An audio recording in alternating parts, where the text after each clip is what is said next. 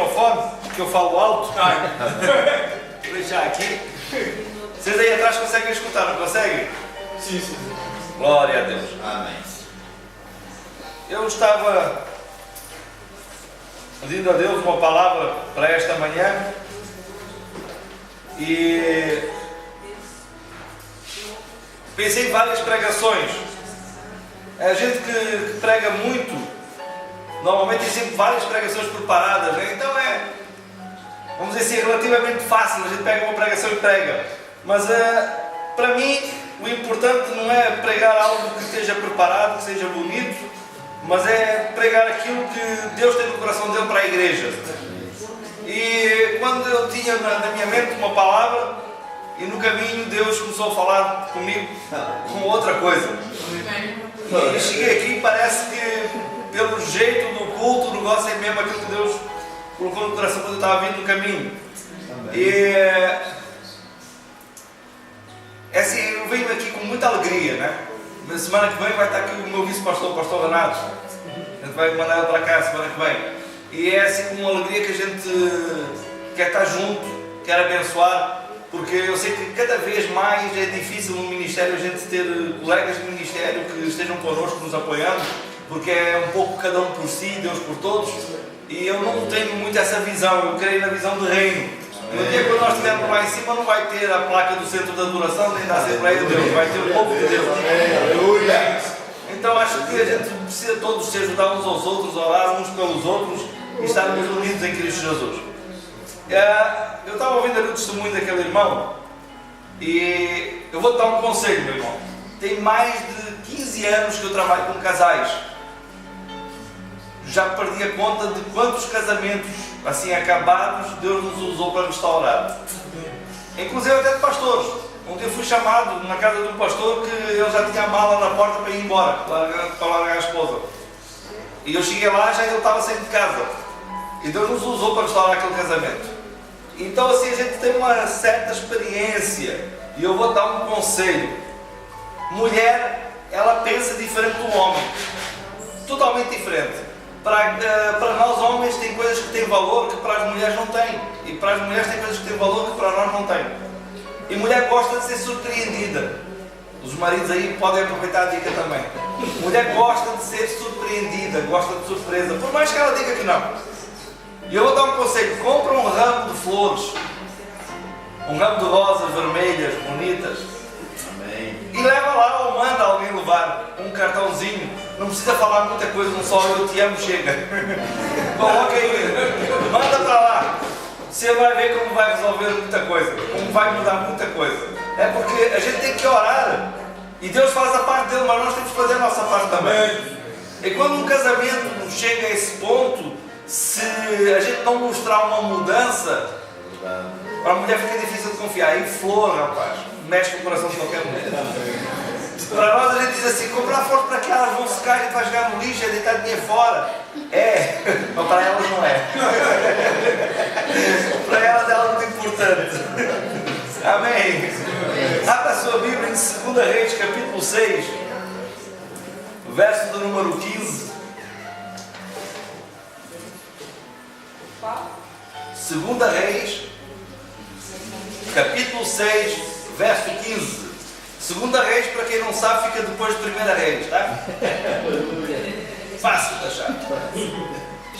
Tem Bíblia aí no coisa? Então joga aí o versículo aí para cá. 2 Reis 6, 15. Para quem não tem Bíblia, acompanhar aí no telão. 6, 15. Amém. Amém. Diz assim: e o moço do homem de Deus se levantou muito cedo e saiu. E eis que o exército tinha cercado a cidade com cavalos e carros. Então o seu moço lhe disse: ai, meu senhor, que faremos? E ele disse: não temas, porque mais são os que estão conosco do que os que estão com eles. E orou Eliseu e disse: Senhor, peço-te que lhe abras os olhos para que veja. E o Senhor abriu os olhos do moço e viu, e eis que o monte estava cheio de cavalos e carros de fogo em redor de Eliseu. Só tem. Volta lá no 15 para nós, por favor. Gente, para quem estudou homilética, a gente vai fazer aqui um sermão expositivo. Vamos arrancar tudo que a gente puder aqui desse texto. Tem muita coisa aqui interessante. Começa dizendo que o moço do homem de Deus, ou seja, o discípulo de Eliseu. Na época, meus queridos, havia... Desculpa, irmão, não gosto de ficar quieto lá atrás. À vontade, pastor, à vontade. Na época, havia uma escola de profetas. Já no tempo de Elias, havia uma escola de profetas. Mas Elias escolheu um moço para andar junto com ele, que foi Eliseu. E eu costumo dizer que eu gosto muito de Eliseu por várias razões. Primeiro, porque ele era ousado. Segundo, porque ele era careca. Eliseu andou ali com Elias até Elias ser arrebatado. E quando Elias foi arrebatado, ele continuou o ministério de Elias. Então ele vai e pega um moço para ele. Pega um moço para o ajudar, para o servir, para estar com ele. E aqui o texto diz que esse moço levantava cedo. Gente, quem não gosta de acordar cedo é preguiçoso. E Deus não ama preguiçosos. Eu confesso para vocês que eu gosto do culto do dia domingo à noite, porque eu posso dormir até o meio-dia. Porque todo dia eu levanto 6 da manhã. Todos os dias, 6 da manhã eu levanto. Ao sábado eu levanto cedo, tem sempre muitas coisas para fazer na igreja. E aí o povo da igreja quis o culto ao domingo de manhã. E eu relutei e disse que não ia dar certo, que era melhor à noite. E o povo, não, a gente quer de manhã, então eu mudei o culto para de manhã. Agora até dia domingo eu levanto cedo. Hoje mesmo era 8 horas, eu já estava a pé. Vamos lá, temos que levantar, temos que ir para a Antuérpia, né? A gente tem que chegar cedo aqui, porque só para estacionar é 1 hora rodando aqui. E aí, o homem de Deus se levanta cedo, não tem preguiça. Gente, se você tem preguiça, começa a espantar esse espírito ruim da sua vida. Porque homem de Deus, mulher de Deus, é trabalhadora, é corajoso, se levanta cedo, faz as coisas de Deus. E esse moço se levantou e foi buscar água. Gente, na época não tinha água canalizada em casa como a gente tem hoje, né? Hoje a gente se levanta e vai meio dormindo, né? Eu costumo dizer em modo zumbi, para o banheiro, né? Abre a torneira, se lava e tal. Mas na época não era assim. Tinha que levantar, sair da casa, ir até ao poço, encher os baldes com água e carregar os baldes com água até em casa novamente, para fazer a higiene pessoal. O negócio era um pouco diferente. Eu penso assim, muitas vezes nós lemos a Bíblia e não conseguimos entrar dentro do contexto das coisas, porque estamos habituados a um sistema de vida completamente diferente. Mas a vida era um pouquinho mais dura do que é hoje. E aí esse moço sai e vai buscar a água. Então enche os baldes com água e vem. E quando ele vem, ele vê que tem um exército cercando a casa de Eliseu. Um exército inimigo, eram os assírios. E ele fica muito assustado. Por quê? Se nós voltarmos uns capítulos antes e lermos a história, nós vamos ver que o rei da Síria, ele queria atacar Israel. E quando ele planeava um ataque para matar o rei, Eliseu recebia a revelação de Deus e avisava o rei.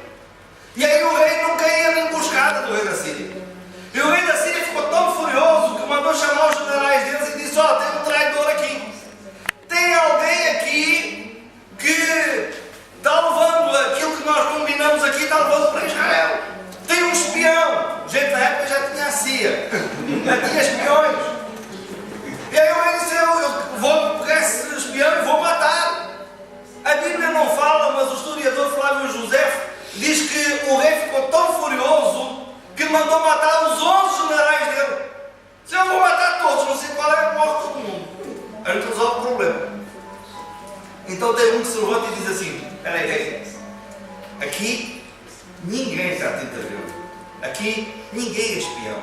Ninguém está avisando o rei de Israel. Então como é que ele sabe? Na época tem um profeta lá em Israel. Um camarada bonito, careca, chamado Eliseu. E quando você planeia aqui atacar o rei, ele lá sabe que você vai atacar o rei, vai e fala para o rei. Então o problema não é aqui, o problema é lá, é Eliseu. Aí o rei, o que ele resolve? Junta o exército todo para matar um homem. Gente, um exército inteiro para matar um homem. Junta aquele exército todo, vamos lá, vamos acabar com esse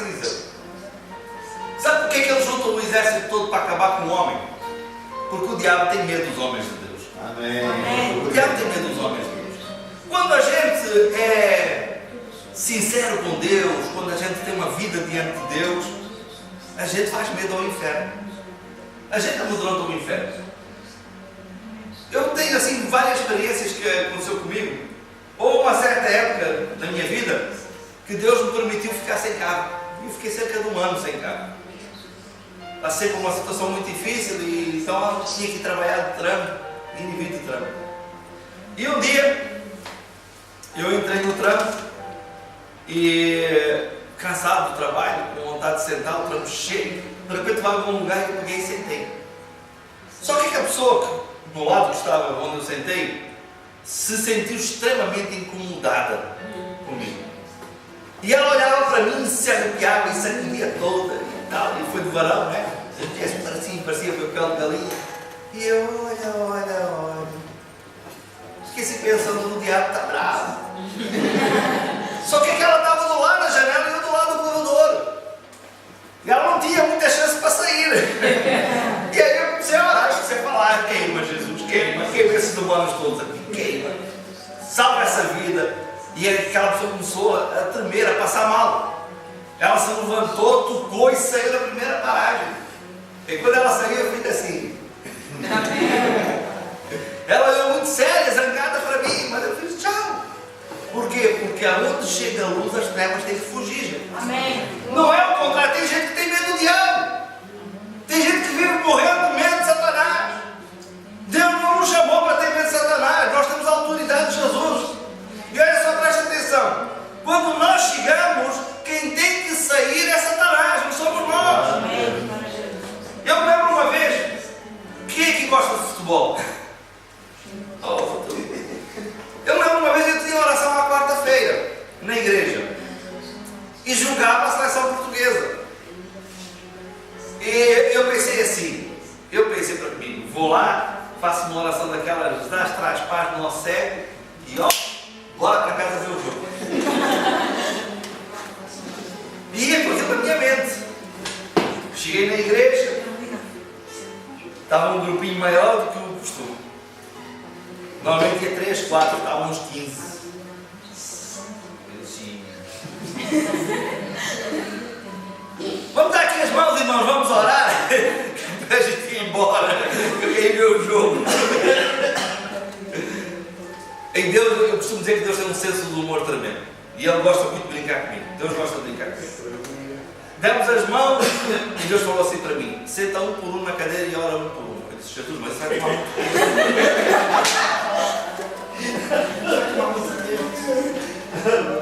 E Deus falou de novo no meu coração forte, começou a queimar, comecei a sentir mal. Ora um por um. Eu disse: Jesus, nem no segundo tempo eu vou ver. E aquilo começou a queimar. Eu pensei: bom, eu vou pôr a mão na cabeça, abençoa Jesus, senta outro, Jesus abençoa, senta outro. Tá bom, quem é o primeiro? Vamos orar aqui, vou orar um por um, quem é o primeiro? O primeiro sentou na cadeira, eu pus a mão, caiu endemoniado. Eu disse: pronto. O diabo tinha que vir com a pata no meu jogo.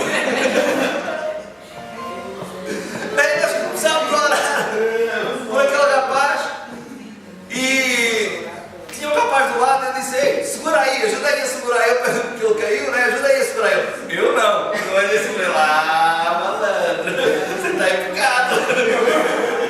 Quem é isso? Não, vai segurando ele. Eu não. Disse: rapaz, você está com medo do diabo? Não, é porque... Gente, a gente não tem que ter medo de Satanás. Satanás é quem tem medo da gente. Se a gente tem a nossa vida no altar de Deus, a gente não tem que ter medo do diabo. Venha ele que forma vier. Nós temos que enfrentar e temos autoridade no nome de Jesus. Aquele dia foi tão abençoado que veio uns 5 endemoniados naquela noite. Não viu o jogo, mas fez uma limpeza na igreja. Foi maravilha.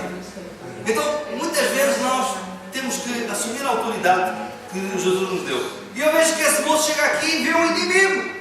E fica com medo do inimigo. Mas quem não fica com medo? Quem não fica com medo de ver um montão de gente cercando para te matar? Ele ficou com medo. E eu imagino, gente, é assim, eu sou muito imaginativo. eu começo a ler a Bíblia, eu ponho assim, começo a pensar e ponho assim, como é que seria a situação? Começo a ver como um filme, né? Como é que seriam os acontecimentos. Eu imagino que Geazi vinha com os baldes à água, né? Andando contente, cantando, assobiando, oh glória, de vitória em vitória, né? E aí vinha, parou, olhou, eu acho que os baldes caíram e eu saí correndo para dentro de casa. Eliseu, vem cá que o negócio à frente. É hoje que nós vamos para a glória, é hoje que a gente vai ter com Elias. Eliseu chega cá fora, olha, nossa que legal, tanta gente veio para a festa. Eu fiquei assim imaginando. Diz aqui o texto no versículo 15: eis que o exército tinha cercado a cidade com cavalos e carros. Aí o moço diz: ai meu Senhor. Bom, quando a gente vê esse ai aí, a gente diz: ah, é porque eu falo ai. Mas esse ai tem um significado. Esse ai é uma expressão usada pelos hebraicos de desalento, de sem saída. Esse ai é como se nós disséssemos: está acabado, não tem jeito, não tem mais solução. E muitas vezes na nossa vida nós passamos por problemas, enfrentamos situações que nós dizemos: ai,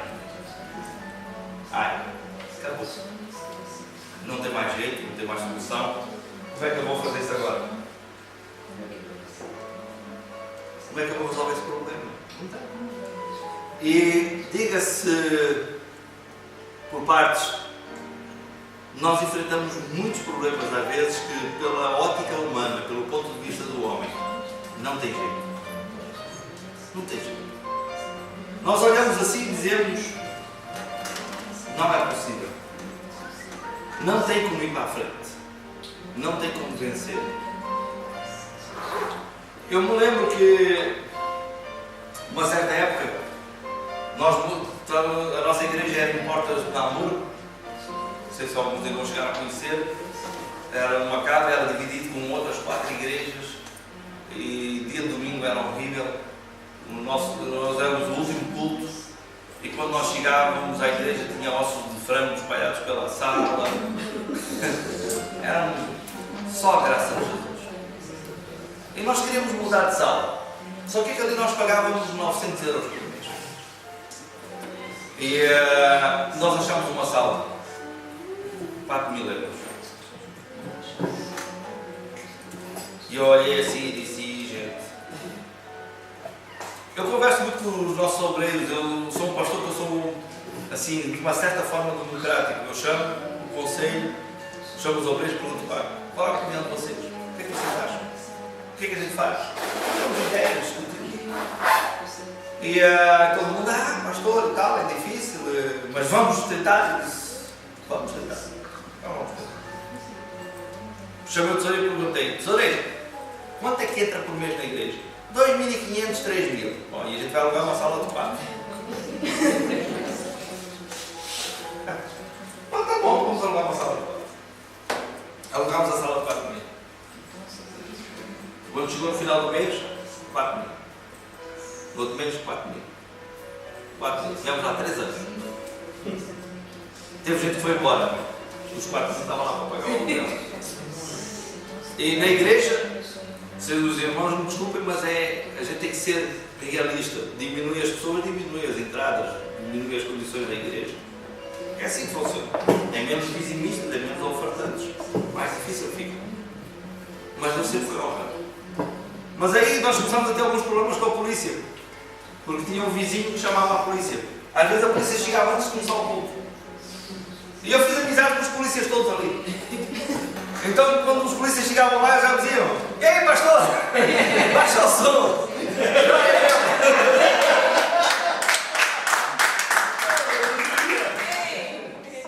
E um dia o polícia chegou para mim e disse assim para mim: olha pastor, vou dizer uma coisa para você, tem alguém que quer mal para você, porque todos os dias nós recebemos 4, 5 chamadas para vir aqui. Só que a gente não vem, a gente só vem uma vez. Mas se a gente vier 2, a gente tem que multar, e a multa mínima é 500 euros. Então a gente só vem uma vez porque temos que vir. Mas a gente não vem mais vezes, mas alguém te quer mal. Eu comecei a pensar: olha, se alguém quer mal, o aluguel é caro, para outro lugar, não vamos arrumar confusão, só vou ter que ir lá para esse miserável morrer. Depois eu vou. Vamos mudar mudar de lugar.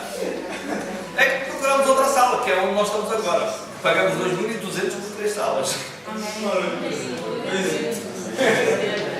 Você sabe quanto é que a gente faz agora de ofertas? 3.000. 3.000 e pouco. O que eu quero dizer para você? Que não importa a dificuldade que a gente enfrenta, Deus sempre supra as nossas necessidades. Eliseu tinha essa experiência com Deus e sabia disso. Mas o moço não. O moço ainda não tinha tido esse contacto com Deus ainda. Então fica desesperado e diz: ai, está tudo acabado. Ai, meu Senhor, o que fazemos? O que é que vamos fazer agora? Vamos correr?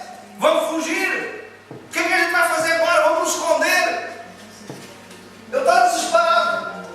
E aí Eliseu, na maior calma, diz assim: não temas, porque mais são os que estão connosco do que os que estão com eles. Gente, presta atenção. A gente somos muito espirituais às vezes na igreja. Eu costumo dizer que eu tenho medo dos crentes quando são espirituais demais.